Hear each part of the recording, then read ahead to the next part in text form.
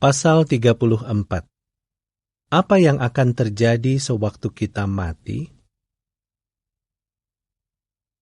Seperti yang mungkin kamu ketahui, dewasa ini orang-orang menjadi tua, jatuh sakit, dan mati. Bahkan ada anak-anak yang mati. Haruskah kamu takut pada kematian atau pada siapapun yang telah mati? Tahukah kamu apa yang terjadi sewaktu kita mati? Nah, sekarang ini tidak ada seorang pun yang pernah mati dan hidup kembali untuk memberitahu kita tentang hal itu. Tetapi, sewaktu Yesus, Sang Guru Agung berada di bumi, ada pria yang seperti itu. Kita dapat mengetahui apa yang terjadi atas orang-orang yang meninggal dengan membaca tentang dia. Pria itu adalah sahabat Yesus dan tinggal di Betani, sebuah kota kecil tidak jauh dari Yerusalem. Namanya Lazarus, dan ia mempunyai 2 saudara perempuan bernama Marta dan Maria. Mari kita lihat apa yang dikatakan Alkitab tentang kejadiannya. Pada suatu hari, Lazarus sakit parah. Pada waktu itu, Yesus berada di tempat yang jauh. Jadi, Marta dan Maria mengutus seseorang untuk memberitahu Yesus bahwa saudara mereka, Lazarus, sedang sakit. Mereka melakukannya karena tahu bahwa Yesus dapat datang dan menyembuhkan saudara mereka. Yesus bukan dokter, tetapi ia memiliki kuasa dari Allah sehingga ia dapat menyembuhkan segala macam penyakit. Namun, sebelum Yesus pergi menemui Lazarus, keadaan Lazarus menjadi begitu buruk sehingga ia mati. Tetapi, Yesus memberitahu murid-muridnya bahwa Lazarus sedang tidur dan bahwa ia akan pergi untuk membangunkan dia. Murid-muridnya tidak mengerti maksud Yesus. Jadi, Yesus mengatakan dengan terus terang, Lazarus telah mati. Apa yang diperlihatkan oleh hal ini tentang kematian? Ya, kematian itu seperti tidur pulas. Sedemikian pulasnya sehingga orang yang tidur itu bahkan tidak bermimpi. Yesus sekarang datang untuk mengunjungi Marta dan Maria. Banyak teman keluarga mereka telah tiba. Mereka datang untuk menghibur Marta dan Maria karena saudara mereka telah mati. Sewaktu Marta mendengar bahwa Yesus datang, ia keluar untuk menemuinya. Tak lama kemudian, Maria juga keluar untuk menemui Yesus. Ia sangat sedih dan menangis, lalu sujud di kaki Yesus. Sahabat-sahabat lain yang mengikuti Maria juga menangis. Sang Guru Agung bertanya di mana mereka telah menaruh Lazarus. Kemudian orang-orang membawa Yesus ke gua tempat Lazarus telah dimakamkan. Sewaktu Yesus melihat semua orang menangis, ia juga mulai menangis. Ia tahu betapa pedih rasanya kehilangan orang yang dikasihi dalam kematian. Ada sebuah batu di depan gua itu. Maka Yesus berkata, "Singkirkanlah batu itu." Haruskah mereka melakukannya? Menurut Marta, itu bukan ide yang bagus. Ia berkata, "Tuan, sekarang ini ia pasti sudah berbau, karena sudah 4 hari ia mati." Tetapi Yesus berkata kepadanya, "Bukankah telah kuberitahukan kepadamu bahwa jika engkau percaya, engkau akan melihat kemuliaan Allah?" Maksud Yesus, Marta akan melihat sesuatu yang akan mendatangkan kemuliaan kepada Allah. Apa yang akan Yesus lakukan? Sewaktu batu itu disingkirkan, Yesus berdoa dengan suara keras kepada Yehuwa. Lalu, Yesus berseru, "Lazarus, marilah keluar." Apakah ia akan keluar? Bisakah ia keluar? Nah, dapatkah kamu membangunkan orang yang sedang tidur? Ya, jika kamu memanggilnya dengan suara keras, ia akan bangun. Tetapi, dapatkah kamu membangunkan seseorang yang tidur dalam kematian? Tidak.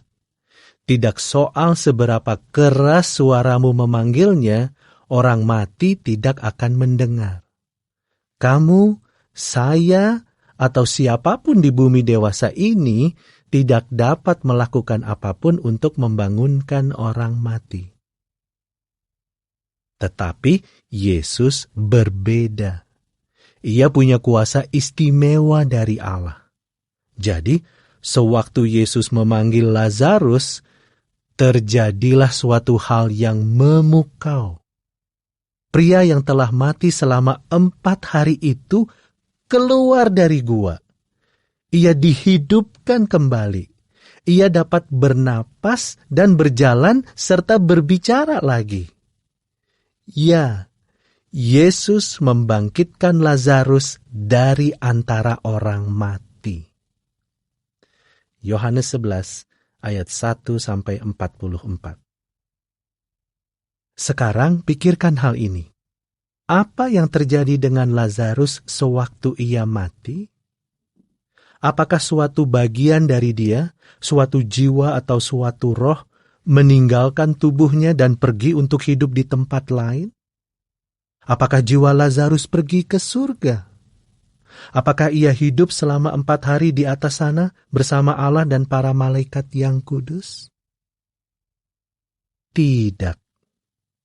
Ingatlah, Yesus mengatakan bahwa Lazarus sedang tidur. Seperti apa keadaannya sewaktu kamu tidur? Sewaktu kamu tidur pulas sekali, kamu tidak tahu apa yang terjadi di sekelilingmu, bukan?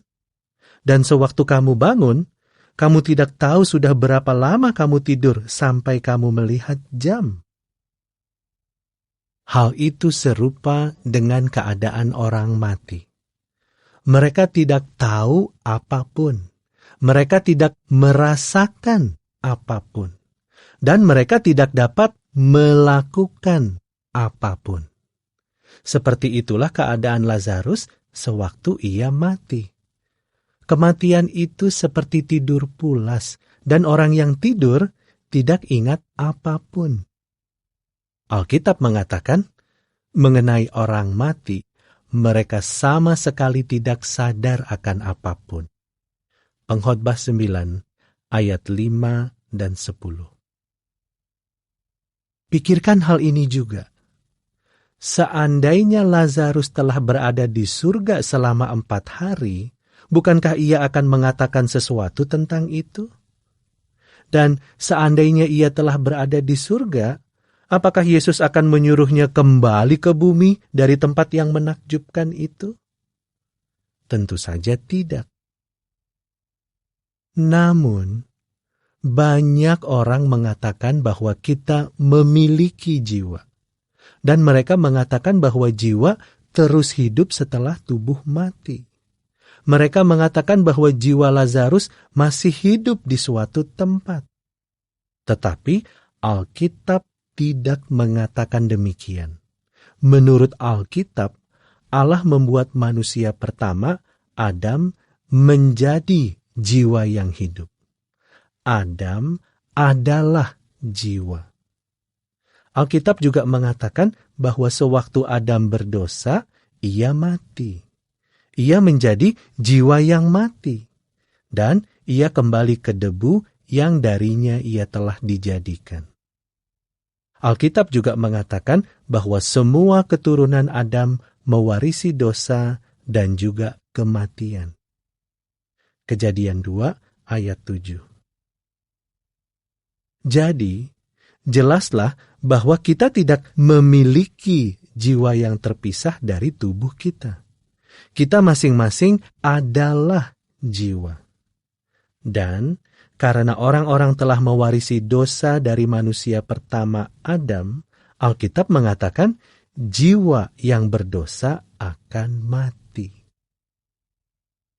Beberapa orang takut kepada orang mati. Mereka tidak mau berjalan di dekat pekuburan karena mereka mengira bahwa orang mati memiliki jiwa yang terpisah dari tubuh mereka dan dapat mencelakai orang yang hidup. Tetapi, dapatkah orang yang mati mencelakai orang yang hidup? Tidak. Beberapa orang bahkan percaya bahwa orang mati dapat datang kembali sebagai roh untuk mengunjungi orang yang hidup. Jadi, mereka menyajikan makanan untuk orang mati. Tetapi, orang yang melakukan itu tidak benar-benar mempercayai apa yang Allah katakan tentang orang mati. Jika kita mempercayai kata-kata Allah, kita tidak akan takut kepada orang mati. Dan, jika kita benar-benar bersyukur kepada Allah karena kita hidup, kita akan memperlihatkannya dengan melakukan hal-hal yang Allah berkenan. Tetapi, kamu mungkin bertanya dalam hati, apakah Allah akan menghidupkan kembali anak-anak yang mati? Apakah Ia benar-benar mau melakukannya? Mari kita bahas tentang hal itu nanti. Marilah kita baca lebih lanjut dalam Alkitab tentang keadaan orang mati dan bahwa manusia adalah suatu jiwa. Di Mazmur 115 ayat 17, 146 ayat 3 dan 4, dan Yeremia 2 ayat 34. Sekarang, mari kita lihat gambar-gambar di pasal ini dan jawablah pertanyaan-pertanyaannya. Apa yang telah Yesus lakukan untuk Lazarus? Bagaimana keadaan Lazarus sewaktu ia mati? Mengapa tidak ada alasan untuk takut kepada orang mati?